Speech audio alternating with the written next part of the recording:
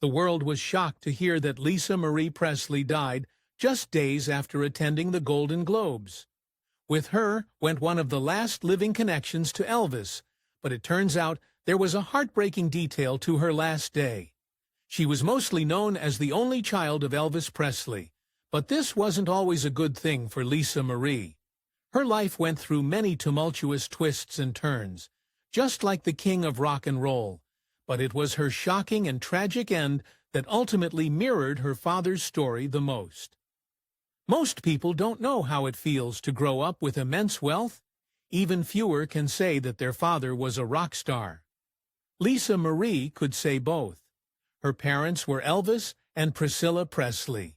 Even today, her father still holds the record for the best-selling solo artist of all time. The rock star gave his daughter extraordinary gifts as she was growing up. Fur coats, jewelry. One time her dad flew her from their home in Memphis, Tennessee, to Utah, just so she could experience snowfall for the first time. Lisa Marie was spoiled, and her mother was worried it would have a negative effect on her. From the outside, everything may have appeared fine in the Presley household, but that was far from the truth. Her parents had been drifting apart, and they separated in 1972, divorcing later that year. Lisa Marie was only 4 years old at the time. 5 years after that, she would experience an even greater heartbreak. On August 16, 1977, Lisa Marie experienced the ultimate tragedy. Her father died suddenly and unexpectedly. It was on the front page of newspapers throughout the world. The loss of her father when she was just 9 years old forever marked Lisa Marie Presley's life. But there's something that many people don't know about her role in that tragic day. Little Lisa Marie witnessed the exact moment of his passing. The king of rock and roll had left everything to his only child. Too young to manage the estate, her grandfather took over the responsibility, and she was set to fully inherit her father's fortune, as well as Graceland, his 14-acre estate in Memphis, when she reached the age of 25. When most children were spending their time in school, Lisa Marie quickly fell into a darker world.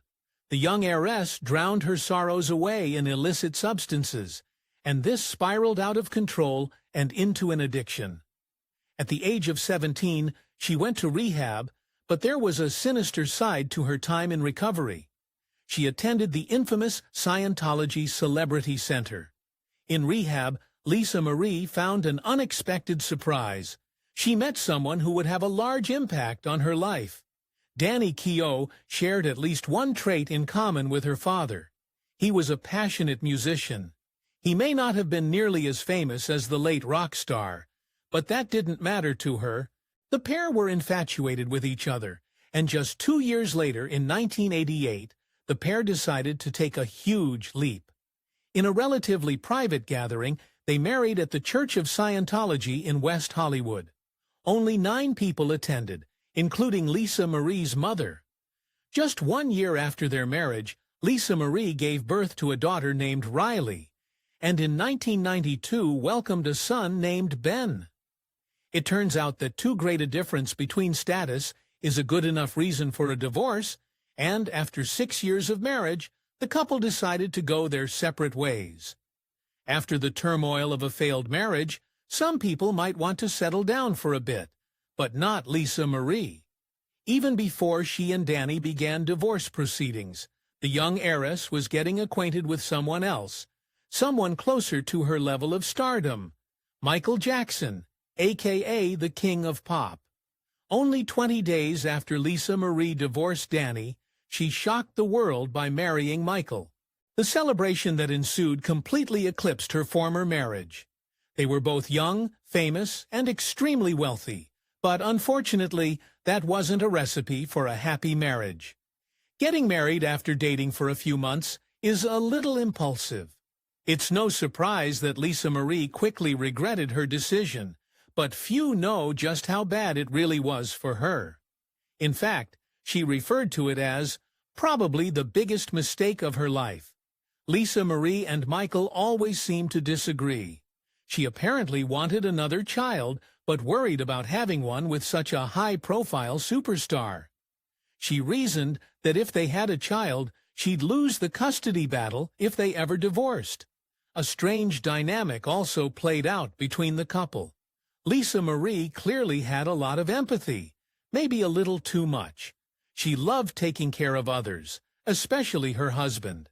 So when Jackson started experiencing some legal issues, she aggressively stood by his side. More than that, she said she wanted to save him. Even though she'd been young, watching the consequences of fame on her father clearly left a mark. And despite her devotion, this relationship was on borrowed time.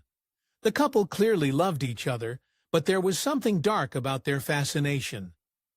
Lisa Marie's husband obsessed over her in a strange way. Some speculated that Michael wasn't interested in the young heiress for her own sake.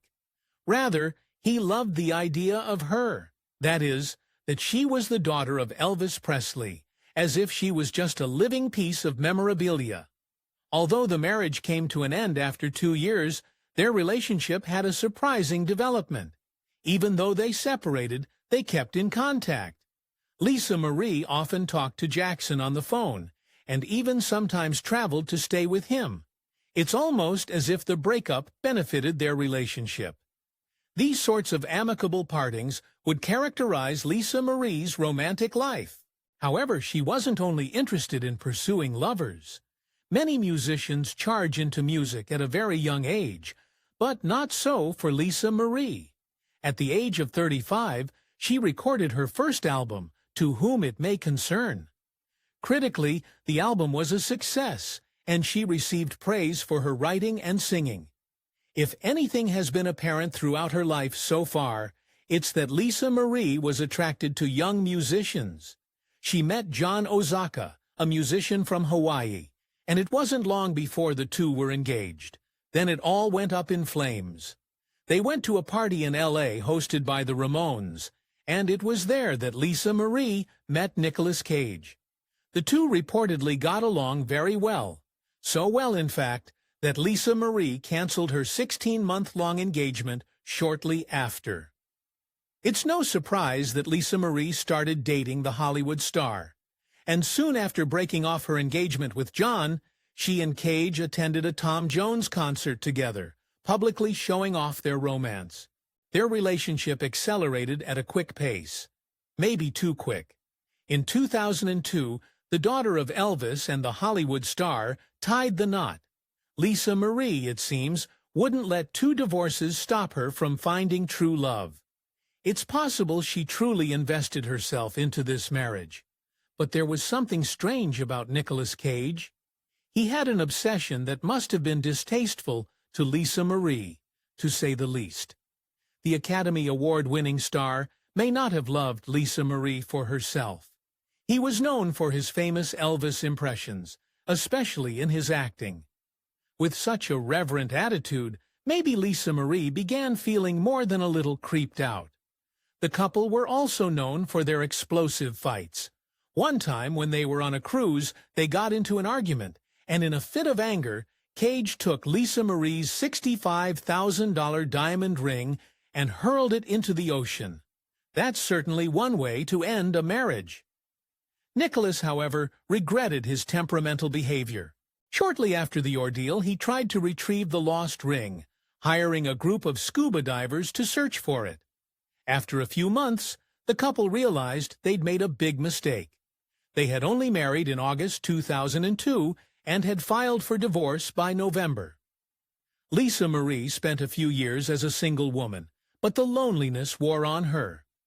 In 2006, she struck up a romance with Michael Lockwood, who was her producer, director, and guitarist. In other words, it was the height of convenience, as they probably already spent most of their time with each other. He had already married 3 times, but was willing to risk it all again for love. In 2006, she married Michael Lockwood. They must have wanted to get away from Los Angeles, since they surprisingly held the ceremony in Japan, marrying in a traditional Japanese ceremony in Kyoto. What's even more surprising is who attended the wedding. Aside from Lisa Marie's son and mother, an unlikely guest attended the wedding, Danny Keough, Lisa Marie's first ex-husband, appeared as the best man.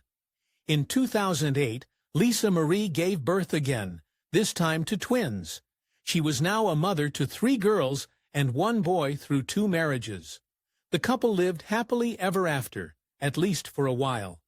A peaceful decade elapsed in their marriage. It seemed like their relationship would be the one to last through the ages. One day, however, Lisa Marie stumbled upon something on her husband's computer that she would never forget. Even though the marriage between Lisa Marie and Michael was mostly serene, she found something utterly horrifying when scrolling through his computer: tons of illegal images and videos of children. Not only did she file for divorce, but she also requested protective custody of her children. In 2018, new rumors began to swirl that she was dating Johnny Depp. In the past, the two had both been embroiled in tiresome legal battles between their former spouses. It's possible that shared grief brought them together and allowed them to sympathize with one another. Unfortunately, their relationship was short-lived, and the pair separated in 2019. After 4 divorces, her marriage to Michael Lockwood would remain her longest.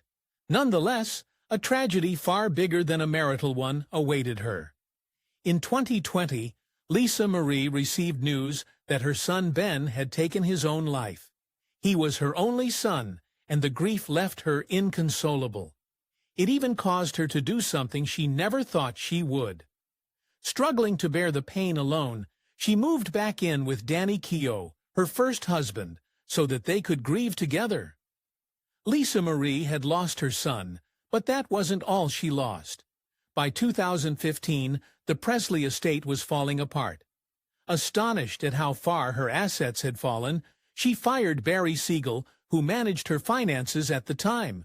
She claimed that he wasted over $100 million and never informed her as to the state of her fortune. The only child of Elvis embroiled herself again in another unending legal dispute. Around this time, she discovered that she was not only broke, but also in debt. $16 million in debt. The inheritance of the king of rock and roll had all but vanished. After having been rich her entire life, she would now have to live austerely. Very unfortunate for the girl who once had a private jet named after her. Despite having lost most of her inheritance, Lisa Marie managed a decent income from Graceland. The nearly 14-acre mansion attracts over 500,000 visitors every year, rivaling any other attraction in the United States. Just before her death, the only child of Elvis had been using her father's legacy to her advantage, perhaps in hopes of restoring her crumbling finances. In the new year, it seemed like everything was looking up for Lisa Marie Presley. She was heavily involved in the production of Baz Luhrmann's biopic Elvis, and even attended the 2023 Golden Globe ceremony in support of the cast. But just days later, the Presley curse hits again. On January 12th, Lisa Marie suffered cardiac arrest at her home in California. She died at the age of 54. But there's one more heartbreaking detail about that day. Lisa Marie's mother, Priscilla Presley, was the one who had to make the announcement to the world.